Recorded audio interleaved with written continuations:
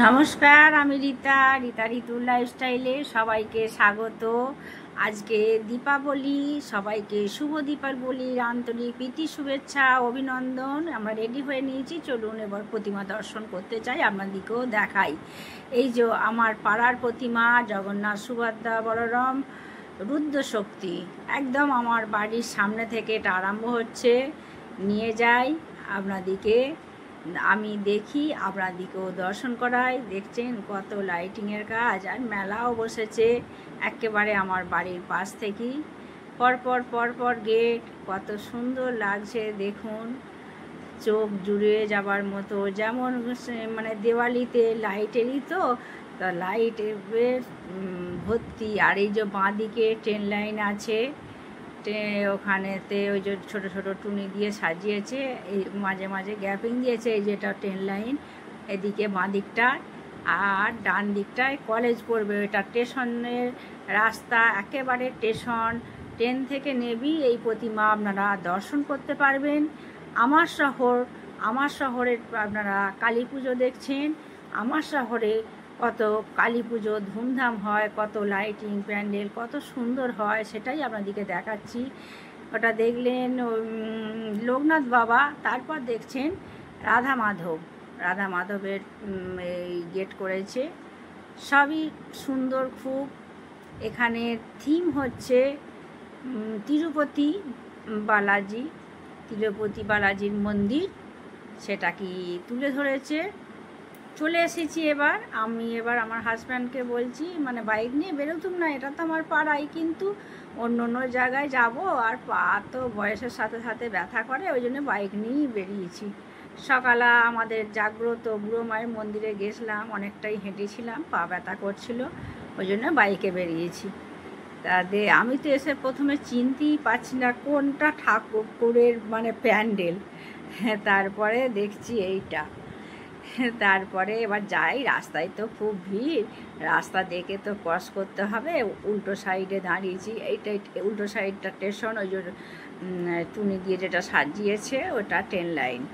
আর এই যে মন্দির, আমি প্রবেশ করি, আপনাদেরকেও নিয়ে যাই।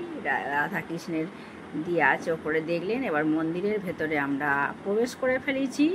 তিরুপতি বালাজি করেছে থিম এখানকার, তা একেবারে যেন সত্যিকারের মতো তুলে ধরেছি, আপনারা দেখুন।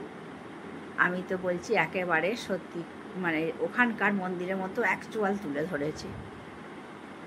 দেখতে পাচ্ছেন কত সুন্দর প্যান্ডেল, কালী পুজোর প্যান্ডেল, দুর্গা পুজোর নয়।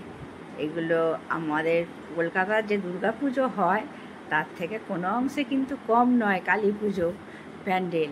এটা আমার শহরের কালী পুজো। এটা কলেজের সামনে একটু জলাশয় আছে, সেইখানটাতে এত লাইটিং করেছে, জলাশয়েতেও সেই লাইটিংটা দেখা যাচ্ছে, খুব সুন্দর লাগছে। দেখছেন, সবটাই আপনাদেরকে ভালো করে দেখাচ্ছি, আপনারা দেখুন, নিশ্চয়ই ভালো লাগবে আপনাদের। আর ভালো লাগলে লাইক, কমেন্ট, শেয়ার ও সাবস্ক্রাইব করে দেবেন। এদিকটায় আরেকবার দেখাচ্ছি, বিশাল এলাকা জুড়ে করেছে, দেখতেই পাচ্ছেন প্যান্ডেল, কত দূর থেকে লাইটিং, অত গেট, আবার ভেতরেও এত লাইটিং। তারপরে এখানে না অনুষ্ঠানও চলে। এটা দেখছেন রুদ্র শক্তির ওই যে স্টেজ করে রেখেছে, যেদিন অনুষ্ঠান হবে এই স্টেজেতেই অনুষ্ঠান হয়। অনেক দিন ধরেই আমাদের এখানে দুর্গা পুজো, এই কালী পুজো হয়।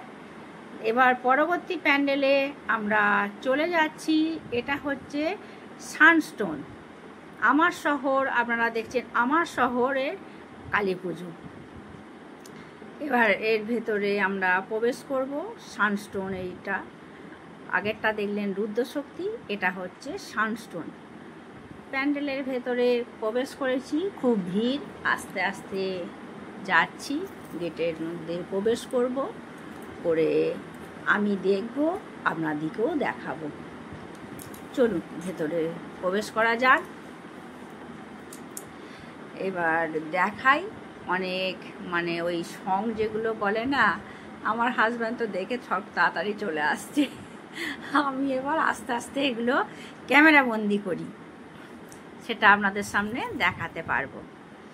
এই যে দেখুন অনেক সং করেছে আমাদের শৈশব জীবন, দেখতে পাচ্ছেন লেখাই আছে আমাদের শৈশব জীবন, তারপর আছে আমাদের স্কুল জীবন, তারপর আছে আমাকে কেন হেনস্থা করা হচ্ছে, লেখাই আছে আমাকে হেনস্থা কেন করছো, তারপর আছে এটা আমাদের স্কুল জীবন।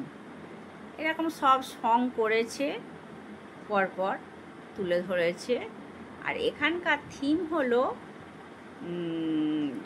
নরক যন্ত্রণা, এখানকার থিম নরক যন্ত্রণা। তারপর থানার একটা চিত্র তুলে ধরেছে, এখানে বলছে আমি এটা কী লেখা আছে আমি ভুলেও গেছি ওটা, আচ্ছা থানা এটা। তারপরে হচ্ছে বিবাহিত জীবন, বিবাহিত জীবনের চিত্র তুলে ধরেছে। আর থানায় যে নিয়ে যাচ্ছে, এখন তো সব বধূ নির্যাতন এইসব হচ্ছে বেশি, ওই জন্য নিয়ে যাচ্ছে, তুলে ধরছে আর বলছে আমাকে শুধু শুধু কেন হেনস্থা করছো, এই চিত্রগুলোই তুলে ধরেছে এখানে। তারপর পরপর দেখাচ্ছি বিশাল বড় প্যান্ডেল, বিশাল এলাকা অনেক, এটাও একটা চিত্র তুলে ধরেছে। তারপর দেখাচ্ছি পরপর দেখুন, এখানটা মানে ঠিক আমার মনে নেই, ওই অবসর জীবন, এই যে দেখতে পাচ্ছেন আমাদের অবসর জীবন, এই যে গৌরনীতাই অবসর জীবন। এবার অবসর জীবনের পর কি হয় মানুষের মৃত্যু, এটাই শেষ। এই যে চিতায় শুয়ে আছে, এটা করলি কীরকম ভেতরটা হয়ে ওঠে না, আমারও এখন বয়স হয়ে গেছে, দেখলি কীরকম মনে হচ্ছে। তারপর নরকের সাজা দেয়, বিচার করে যে না, বলে কি পাপ করেছিস সে তোর সেরকম সাজা হবে, নরকে তুই ভুগবি। সেই চিত্র কি একটা গুপ্তের সাজা বিচারক লেখে না, সেইখানে ওইটা চিত্রটা তুলে ধরেছে। এবার ভেতরটা যে দেখাচ্ছি আরও, ওগুলো দেখুন। এবার আমরা আবার একটা ভেতরে প্যান্ডেলে প্রবেশ করছি, সেটা হচ্ছে নরক যন্ত্রণা। ওই যে দেখালাম নরক দর্শন, ওটা লেখা আছে নরক দর্শন, আমি যন্ত্রণা বলছি, নরক দর্শন লেখা আছে। এবার এখানে নীল আলো, তো অল্প আলো, তারপরে ধাপ ধাপ করে সিঁড়ি আছে, ভেতরে প্রচণ্ডই ভিড়। ওই জন্য আমার তো এক হাতে মোবাইল আছে, ক্যামেরা বন্দি করছি, ওই জন্য খুব সাবধানে আমি নামছি, আস্তে আস্তে যাচ্ছি, ভিড় ঠেলে ঠেলে, মানে নরক দর্শন তো ওই জন্য লাইটিংটা এরকম করা আছে, অল্প আলো। তারপরে সব এখানে কিন্তু জানেন তো ওই সব মানে মানুষ, মানে এই এমনি স্ট্যাচু নয়, পুতুল নয়, এমনি জীবন্ত মানুষ। এই যে দেখুন, দেখে তো একটা বাচ্চা কেঁদে মরে যাচ্ছে, এটা একদম সত্যিকারের মানুষ ওরকম সেজেছে। সে তো ভয়ে এত কাঁদছে বাচ্চাটা।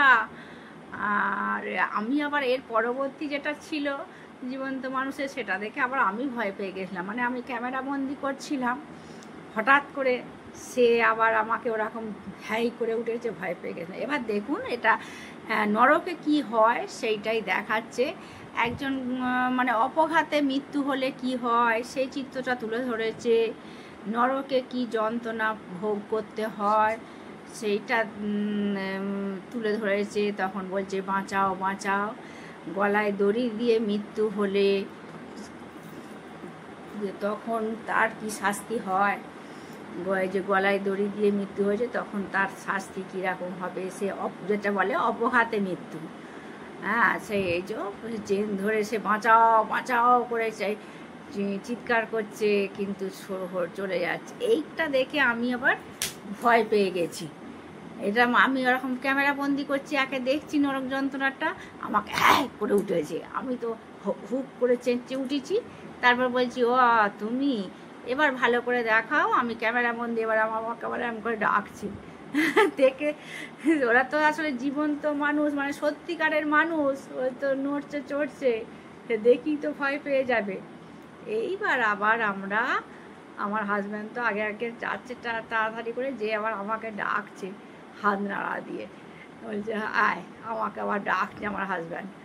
আর এখানটা করেছে ওই নারদ আছে না, নারদ আছে, স্বর্গপুরী যেটা, হ্যাঁ ওটা তো নরক দেখালো, এবার স্বর্গপুরী দেখাচ্ছি।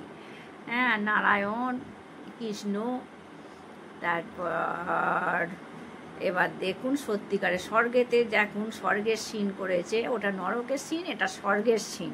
হ্যাঁ, সত্যিকারের নারদ দেখুন, নারদ এখানে সত্যিকারের নড়ছে চড়ছে, মানে জীবন্ত আর কি মানুষ, এই মানে কোনো স্ট্যাচু নয়, নারদ দাঁড়িয়ে আছে। তারপর স্বর্গে আমাদের হর পার্বতী, শিব দুর্গা আছেন। স্বর্গটা একবার দেখিয়ে নিই ঘুরে, আগে থেকেই আমরা দেখে নিলাম, স্বর্গ নরক দেখলাম, এবার স্বর্গটা দেখছি। কত সুন্দর স্বর্গে, সেই বলে স্বর্গে যাব, কে নরকে যাবে আর কে স্বর্গে যাবে।